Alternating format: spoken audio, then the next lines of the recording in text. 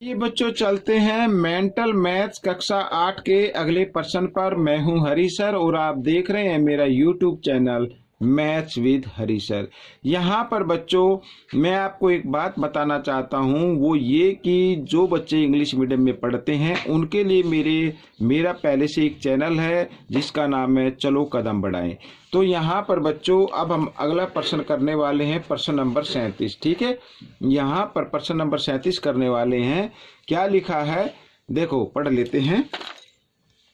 एक परीक्षा में प्रत्येक सही उत्तर के लिए 4 अंक दिए जाते हैं। ठीक है, जो उत्तर सही होगा उसमें 4 अंक मिलेंगे। प्रत्येक गलत उत्तर के लिए 1 अंक घटा दिया जाता है। ठीक है, 1 अंक काट लेंगे। यदि उसने कुल 75 प्रश्न हल किए, ठीक है, और 125 अंक अर्जित किए तो उसके द्वारा कुल कितने प्रश्नों के सही उत्तर दिए गए। ठीक है, कितने प्रश्नों के उसने सही उत्तर दिए। तो बच्चों ये प्रश्न तो मैंने लिखा नहीं है, मैं आपको साथ साथ करके दिखाऊंगा। तो मान लो उसने सही उत्तर दिए x। ठीक है, प्रश्न 37। तो यहां पर मैं सीधा हल कर रहा हूं। तो मान लेते हैं माना, ठीक है, माना उसके द्वारा, हाँ ठीक है, माना उसने सही उत्तर दिए बराबर x। ठीक है, और गलत उसने गलत उत्तर दिए बराबर कुल कितने प्रश्न है बच्चों। कुल प्रश्न है 75। यहां पर ये देखिए कुल प्रश्न है 75 ये। ठीक है, तो 75 में से अब ये जो 75 प्रश्न है इसमें सही भी है और गलत भी है। तो इसमें से हम सही को घटा देते हैं इस तरीके से, तो ये गलत आ गई। ठीक है, अब यहां पर प्रश्नानुसार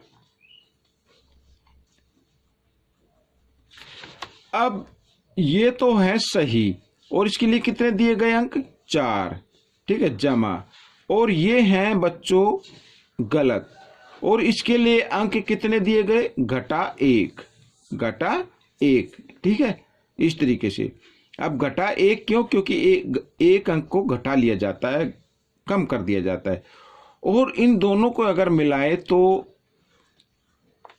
अंक आते हैं उसके 125। ठीक है, अब हम 4x, अब यहां पर घटा जमा घटा हो जाएगा। घटा 1 से 75 को गुणा करें तो घटा 75 आएगा, और घटा से घटा को गुणा करते हैं तो जमा का हो जाएगा, लेकिन 1x आएगा बराबर 125 इस तरीके से। ठीक है, आगे 4x और 1x 5x बराबर 125, और ये घटा 75 है, इसको जब हम इधर लेके आएंगे 125 के साथ मिला देंगे तो ये हो जाएगा जमा का, ये हो गया जमा का, और बराबर दोनों को जमा किया तो हो गया बच्चों यहाँ पर 200। x का मान निकालना है, x बराबर 200 और 5 इधर गुणा में है, इधर आकर ये भाग में आ गया। 5 से इसको भाग कर देंगे, 5 चौक 20, 0 की 0 तो 40 आ गया बच्चों। तो इसका मतलब उसने सही उत्तर कितने प्रश्न के दिए 40 के, तो ये आपका उत्तर बन गया। ठीक है, अब हम करेंगे अगला प्रश्न। यहां पर बच्चों अगला प्रश्न हम पढ़ लेते हैं। लिखा है राजेश रमेश से 20 साल बड़ा है। कौन है बड़ा? राजेश। वह रमेश से आयु में 6 गुना भी है, ये आयु में 6 गुना भी है, तो दोनों की आयु बताओ। तो दोनों की आयु बतानी है बच्चों। इस प्रश्न को मैंने पहले से लिख के रखा हुआ, ये मैं आपको दिखाता हूं। ठीक है, आइए करना शुरू करते हैं। तो आपको पता लग गया कि राजेश बड़ा है 20 साल, तो रमेश का तो नहीं पता ना, तो माना रमेश की आयु x वर्ष। तो माना रमेश की आयु x वर्ष।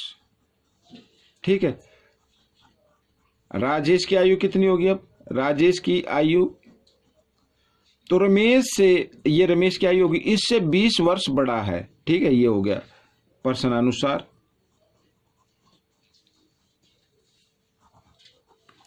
मैं दोनों की आयु को बराबर कर देता हूं बच्चों इस तरीके से, लेकिन बराबर नहीं है अभी। ठीक है, बराबर कब होंगी? अब होंगी। देखो लिखा है वह रमेश से आयु में 6 गुना भी है। कौन है 6 गुना? ये वाला। ये क्या है? 6 गुना। अगर मैं इस रमेश की आयु को 6 गुना कर दूं तो दोनों क्या हो जाते हैं? बराबर हो जाते हैं। ठीक है, आइए करना शुरू करते हैं। तो 6x जमा x है, इसको इधर लेके आएंगे, घटा x हो जाएगा बराबर 20। 6x में से 1x घटा देंगे, 5x बराबर 20। तो x बराबर 20, 5 इधर गुणा में, इधर आकर ये भाग में आ गया, 5 एकम 5, 5 चौक 20, भाग दिया तो आ गया x बराबर 4। x क्या था? रमेश। तो रमेश की आयु कितनी हो गई? 4 वर्ष। तो लिख देता हूं मैं यहां पर, रमेश की आयु बराबर 4 वर्ष। तो राजेश की आयु क्या होगी?